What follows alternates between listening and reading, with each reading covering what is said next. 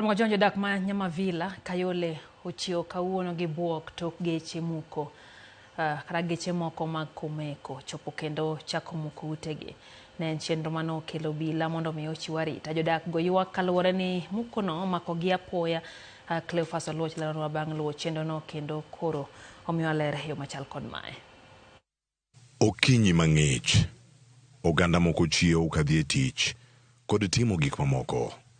Chenro pogore apoya nono ne jodak ma Nyamavila Kayole kaunti ma Nairobi. Udi muko. Komeko chopo.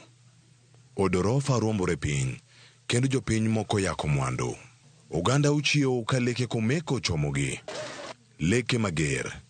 Leke ma ochopo mar darogi e kargi mar jot. Rumbi mar lit kod kuyo nenore wengegi.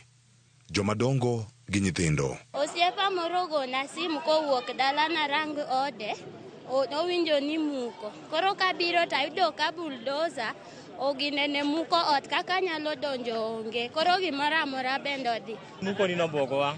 Nyoro ne apenjo kata mana landlord nani to ang'o momiyo wawinjo fununu ni dwa mukle Nyamavila dak osenyiso.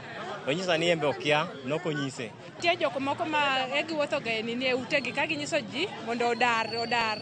To sechego katapila be no sechopo ka. Koro ne gichako gini ni gute makoni muko gi. Giywak ewi kama ginyalo chomo. Nimar ne ok ging'eyo wach mukono. Moko dhok gi omoko. Kendo kae ema giwacho ni deta mipimo. Dhok omoko. No, we haven't been told. Even until around 8 is when we are told, and already the bulldozer is in my bedroom. This month I have already paid. No, even I don't have where to go. I have just arrived this morning at 7:30 only to realize that my house is being demolished. And I wanted to know why my house is being demolished, and yet I had paid the house rent for 4 months. Nyathi ma nyako ni nenore ka pod ni kod riyo mar somo ei koko. Somo nyaka imi dekre magikaloe. Jodak nyisore magin godo kod riyo mar yudo kama ginyalo jotie kata mana kawuono. Nana kako nyalo konyowa sani wan gi nyithindo oko, wan gi gik moko oko kuma dhi onge. Landlord boko dich no wasechule pesa kuma nya timo onge. Koro ka ber to gavana gi sirkal one gima nya timo na sani. Wakomo gi nyithindo kuma nya chako onge. Gima betek sani. Governor, maybe to just for this instant to give us a place where we can just go. Just a place. Yeah. Just a place where we can be able to go. Today, we don't have anywhere to go. Yangore ni muko ni omako plode 50 alwora ma Nyamavila. Kendo kata oboke mar do ok di chungo. Chenro no ka jodak wacho ni ne ok giyudo kata notice mar dar. Seyo kori keto ne sirkal gi jodak ma Nyamavila. Watu ya serikali ndio wabaya. Wanatanganya watu hii murati ni murati, hii kumbe ni pesa wanaiba ya citizen. Alisema yeye angetaka win.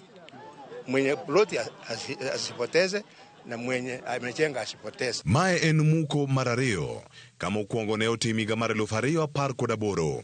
Kawuono MCA Mogwel Joy Mudhoni ne ochopo mar kedo ne ratiro mag joge. Last time other people lost their lives because of demolition. Yes. Sonko who was a governor then alikuja kustopisha hiyo. Akastopisha and they went to court. Wakaenda kotini wakapeleka Polycarp Maina mwenye anasema hii shamba ni yake. The case has never stopped. Hadi juzi attorney wa county ametoa statement. Attorney wa county amesema this land belongs to Nairobi City Council. I have evidence. Bang' twak mar Joy Mudhoni ne ondhie kod obila ma Kayole kendo tere nyaka e tesend obila ma Kayole.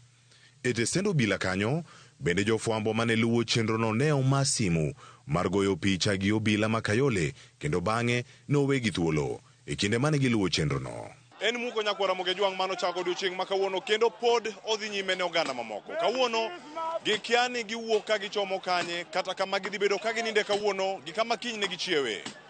Cleophas Oluoch, Nyamavila, Nairobi.